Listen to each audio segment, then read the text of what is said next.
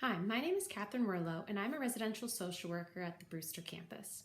Today I'm here to talk to you about shaping behavior and positive reinforcement. Now, before your heart starts racing and sweat starts dripping down the back of your neck thinking about all the behavior charts that you've tried, I want you to trust me that reinforcement is more than just that.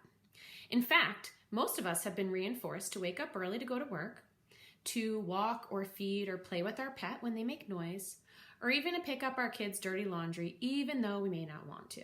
To achieve behavior change, we need to know what is the main goal. The main goal of behavior change is to replace the problematic behavior with the behavior that we want to see, or the positive opposite. For example, if the problematic behavior is our child cursing at us, the replacement behavior or positive opposite would be using respectful words. Now, your child may need explicit and direct teaching on how to achieve the behavior that we're looking for, or the positive opposite. For example, they may need help with what words to use instead of curses, what volume or tone of voice is appropriate. Next, we must pick a reinforcer that matches the function of the behavior. Examples of reinforcement could include the following: material items, a privilege, doing an activity together, or social reinforcers. Now that we've chosen what behavior we want to change, what behavior we want to observe instead, and what we're going to reinforce our child with, we need to know how to reinforce and shape that behavior. Shaping behavior is the process of teaching a new behavior by reinforcing small steps towards the ultimate goal, or what do we want to reinforce? The first step is identifying what the small steps look like. For example, a small step might be just cursing in general, but not at us, yelling their feelings, using respectful words but with an attitude, and then ultimately using respectful words with an appropriate tone and volume of voice.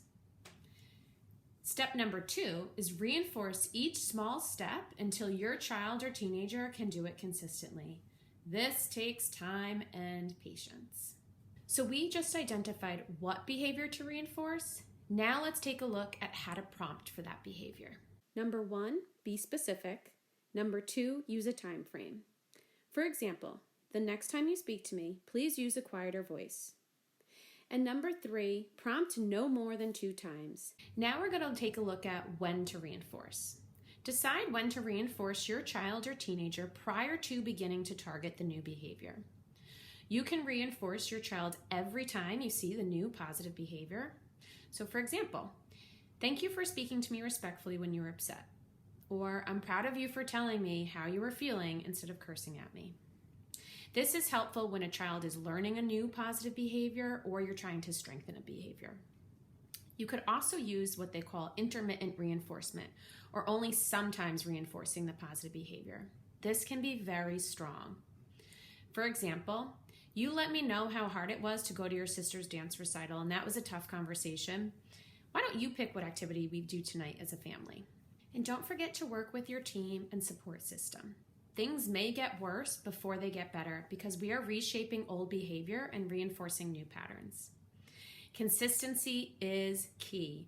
Being consistent with what you reinforce and when you reinforce will increase success. Thank you, and I hope you all have a lovely day.